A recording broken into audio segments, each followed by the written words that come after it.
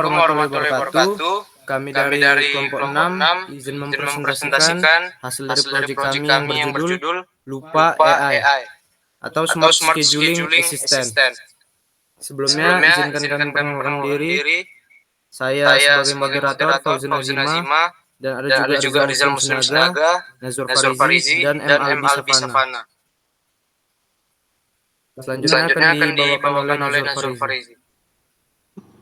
Baik, terima kasih moderator. Pendahuluan. Lupa AI adalah sistem jadwal berbasis NLP yang secara otomatis mendeteksi dan menyimpan jadwal dari tiap pengguna. Aplikasi ini juga dapat mengirimkan notifikasi WhatsApp saat jadwal tiba, sehingga memudahkan pengguna dalam mengatur waktu jadwal mereka. Selanjutnya, tujuan kami membuat ini yaitu pertama, membantu pengguna mengelola jadwal secara otomatis. Yang kedua, mengurangi risiko lupa jadwal dengan sistem pengingat berbasis WhatsApp. Yang ketiga, memanfaatkan kecerdasan buatan atau NLP untuk memahami format waktu dan jadwal dalam bahasa alami. Kemudian, selanjutnya, fitur utama yang terdapat pada program kami yang pertama, deteksi jadwal otomatis melalui teks percakapan, kemudian penyimpanan jadwal ke database secara otomatis, yang ketiga, dashboard interaktif untuk melihat dan mengelola jadwal, dan keempat, notifikasi WhatsApp saat jadwal tiba, dan yang terakhir, panel admin untuk mengelola pengguna dan jadwal. Selanjutnya, teknologi yang digunakan. Lopa dikembangkan menggunakan teknologi berbasis Python dengan Flex sebagai framework backend utama. Dilengkapi dengan Flex login untuk autentikasi pengguna dan Flex JWT extended untuk pengolahan token JWT. Basis data menggunakan SQL Alchemy sebagai ORM dengan SQLite sebagai sistem manajemen database. Untuk pemrosesan bahasa alami atau NLP, Lopa mengadopsi model Google atau Plentify Mail yang diimplementasikan menggunakan pustaka Transformers dan PyTorch. Fitur penjadwalan dan notifikasi didukung oleh Flex APS Scheduler serta Twilio untuk pengiriman pesan. Pengujian dilakukan dengan PyTest guna memastikan kualitas dan stabilitas sistem. Kemudian materi selanjutnya akan disampaikan oleh teman saya. Oke, selanjutnya ada kaidah perancangan perangkat lunak. Yang pertama itu ada modularitas. Lupa dirancang dengan modularitas yang baik, di mana setiap komponen memiliki tugas spesifik untuk memastikan keterpisahan fungsi dan kemudahan pemeliharaan. Struktur proyek mencakup back-end API untuk menangani permintaan pengguna, NLP processing untuk mengubah kata-kata menjadi jadwal, database sebagai penyimpanan data menggunakan SQLite, serta modul notifikasi yang mengelola pengiriman pesan melalui Twilio. Organisasi proyek yang jelas memungkinkan pengembangan yang lebih efisien dan skalabilitas yang lebih baik. Scalability dan maintainability. Lupa dirancang dengan mempertimbangkan skalabilitas dan maintainability melalui pemisahan komponen utama, sehingga setiap bagian dapat dikembangkan atau diperbarui secara independen. Back-end API, NLP processing, database, dan notifikasi memiliki peran yang terpisah, memungkinkan peningkatan fitur tanpa mengganggu keseluruhan sistem. Namun, model NLP yang digunakan masih memiliki keterbatasan akurasi karena keterbatasan waktu dan spesifikasi perangkat, sehingga tidak memungkinkan pelatihan dari nol. Oleh karena itu, model hanya melalui proses fine-tuning dengan dataset tambahan sebagai penyesuaian. Selain itu, karena hasil model kadang kurang akurat, metode NLP sederhana seperti tokenisasi digunakan untuk mendukung proses chat. Selanjutnya ada security. Lupa menerapkan keamanan dengan flash JWT untuk autentikasi pengguna. Validasi input digunakan untuk mencegah penyalahgunaan sistem. Selain itu, terdapat validasi peran pengguna atau user role untuk mengatur akses fitur, serta hashing kata sandi sebelum disimpan ke database.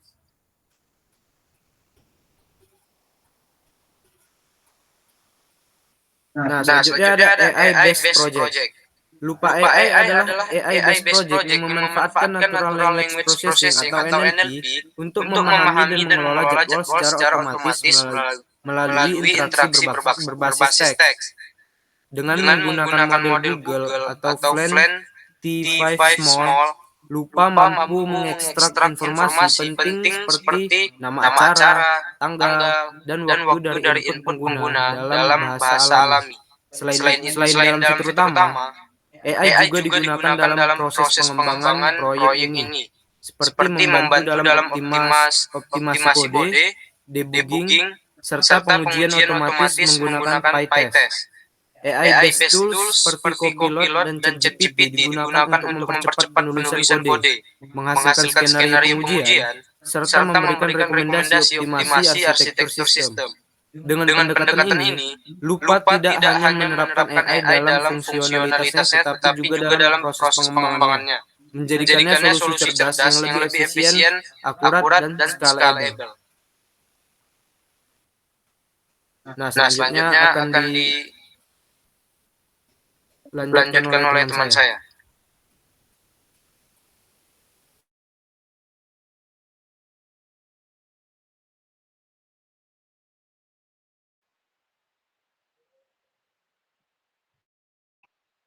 Ini aku kan. Baik, selanjutnya ada proses untuk deteksi jadwal melalui chat. Di mana proses deteksi jadwal dilupa mulai ketika pengguna mengirimkan teks seperti besok meeting jam 3 sore. Sistem NLP kemudian mengenali elemen penting dalam teks seperti tanggal, waktu, dan jenis kegiatan. Setelah itu, data yang telah diproses dikonversi ke format JSON yang berisi detail jadwal dan dapat dikonfirmasi oleh pengguna sebelum disimpan. Kemudian ada penyimpanan ke database. Setelah jadwal dikonfirmasi, sistem akan menyimpannya ke dalam database menggunakan SQLite melalui SQL Alchemy. Penyimpanan ini memastikan bahwa semua jadwal yang dibuat dapat diakses kembali dengan mudah. Pengguna dapat membuka dashboard Lupa untuk melihat daftar jadwal yang telah tersimpan, termasuk detail waktu dan aktivitas yang direncanakan. Kemudian ada notifikasi WhatsApp. Ketika waktu jadwal tiba, maka sistem akan mengirimkan notifikasi ke pengguna melalui WhatsApp menggunakan Twilio. Pesanan yang dikirim berisi informasi jadwal seperti reminder. Anda memiliki meeting hari ini pukul 15.00. Notifikasi ini memastikan bahwa pengguna tidak mengikuti acara yang telah mereka jadwalkan. Kemudian ada proses training model NLP. Proses fine-tuning model NLP di Lupa menggunakan model dasar Google Flan T5 Small. Dataset yang digunakan berasal dari dataset JSON, yang kemudian diformat ulang agar sesuai dengan kebutuhan model. Untuk meningkatkan pemahaman model terhadap pola teks, jumlah data ditargetkan mencapai 2.000 sampel dengan teknik random sampling jika data melebihi batas tersebut. Dataset ini kemudian dikonfirmasi menjadi format yang dapat diproses oleh Organizer T5. Model akan dilatih dalam 3 efforts menggunakan training arguments dengan optimalisasi Adobe dan penerapan label smoothing untuk mengurangi risiko overfitting. Jika model hasil fine-tuning sebelumnya ditemukan dalam direktori, maka proses latihan akan dilanjutkan dari titik terakhirnya. Setelah training selesai, model dan optimizer yang telah diperbarui disimpan dalam vektor khusus. Evaluasi dilakukan di akhir proses untuk mengukur performa model berdasarkan nilai loss. Kemudian ada NLP model. Model NLP Lupa ini menerima input teks dari pengguna, lalu melalui tahap pre-processing seperti tokenization dan regex untuk ekstraksi informasi. Input yang telah diproses dikirim ke model NLP untuk klasifikasi, menghasilkan output berupa sebuah jadwal. Jika hasilnya kurang sesuai, sistem menggunakan data pre-processing untuk koreksi manual. Jadwal yang berhasil dihasilkan dikonfirmasi dan disimpan dengan opsi penyimpanan di database agar mendukung multi-user. Di bagian info program akan diberikan oleh teman saya Rizal Sinaga. Selanjutnya saya akan melanjutkan dari bagian demo aplikasi. Mungkin sebelumnya saya akan menjelaskan terlebih dahulu dari pengkodeannya terlebih dahulu.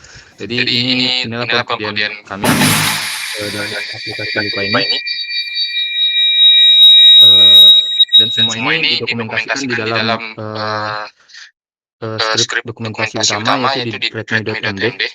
Sini didokumentasikan bagaimana aplikasi ini berfungsi dan bekerja dan bagaimana cara memfungsikannya. Bisa kita lihat misalnya di sini dari struktur proyek. Jadi aplikasi kami ini memiliki folder-folder yaitu ada app yang terdiri dari models, root, service, templates, dan static.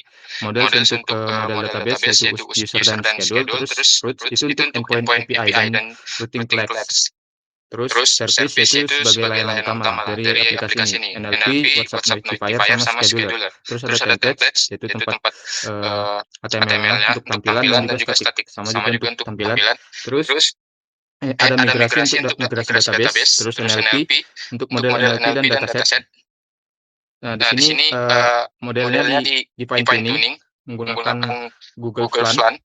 Terus ada doc, di sini tempat dokumentasi proyek dan redmi.md. Ini yang kita belajar sekarang. Terus ada config.py untuk konfigurasi aplikasi dan requirement txt untuk tempat daftar dari dependensi yang install di virtual environment yang ada di aplikasi ini. Terus ada run.py sebagai entry point aplikasi. Jadi kalau kita mau run aplikasinya kita run di run.py. Kebetulan ini sudah di run ya. Mungkin saya ulang run.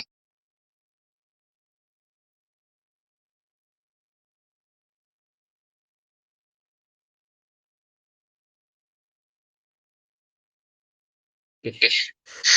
Ini saya coba run. Nah, pertama-tama itu di aplikasinya itu mengecek terlebih dahulu tentang Twilio account ID sama Twilio WhatsApp number. Jadi Twilio account ID itu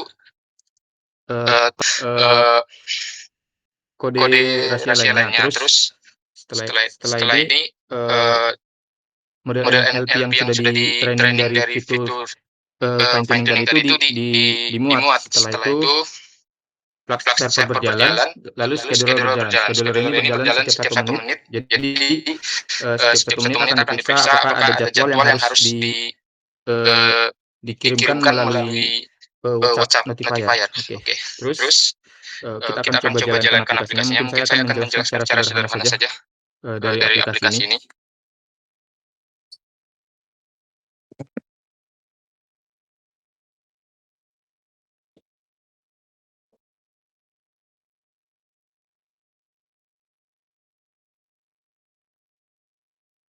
Berikut tampilan awal dari aplikasinya.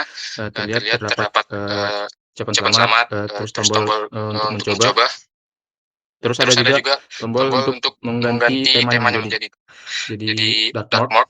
Nah, setelah kita ini kebetulan sudah login, kita logout terlebih dahulu. Oke. Kalau kita coba daftar sekarang, kita akan disuruh memasukkan username, email, nomor telepon, password, dan konfirmasi password. Kita akan coba langsung masuk saja. Ini akun yang sudah ada sebagai role user biasa. Di sini langsung masuk ke dashboard di tempat daftar jadwal yang telah dibuat. Jadi untuk membuat jadwal kita akan masuk ke dalam chat dengan Lupa AI ini. Nah, di sini kita bisa ketik hi untuk greeting. Kalau kita terus selanjutnya kita coba menambahkan jadwal. Kita bilang misalnya futsal besok jam 3 sore. Dari NLP processing-nya nanti akan dilakukan proses dari input kami ini di pre-processing terlebih dahulu, terus diteruskan ke NLP model. Lalu dari NLP model akan ditentukan bagaimana input tersebut dicari atau disimpulkan dari disimpulkan fitur-fiturnya, yaitu ada acara, tanggal, dan waktu. Seperti yang saya lihat, apakah saya menemukan jadwal acara futsal tanggal sekian, terus waktu 15.00. Apakah ini sudah benar? Jika sudah benar, kita ketik ya. Otomatis jadwal berhasil disimpan. Nah, langsung masuk ke dashboard tersebut. Nanti ketika sudah jam 15, akan dikirimkan notifikasi melalui WhatsApp tentang jadwal kita ini. Di sini juga ada profil, pengaturan. Mungkin sekian saja dari penjelasan demo dari aplikasi kami. Saya kembalikan ke moderator. Ya, jadi hanya itu saja yang bisa kami sampaikan dari hasil proyek kami. Bila ada yang kurang atau kata yang salah, kami mohon maaf. Assalamualaikum warahmatullahi wabarakatuh.